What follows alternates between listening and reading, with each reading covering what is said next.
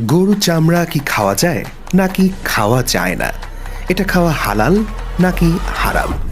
খেতে কি সুস্বাদু নাকি জঘন্য?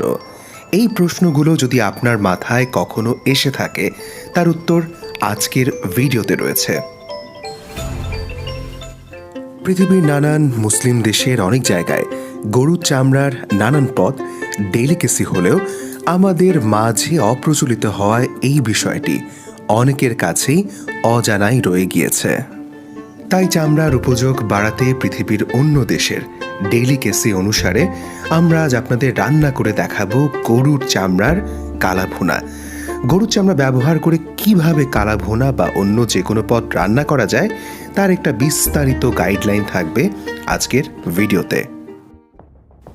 বিগত 2 বছরে সিন্ডিকেট, আন্তর্জাতিক বাজার না থাকা, চাহিদা কমে যাওয়া, এমন নানান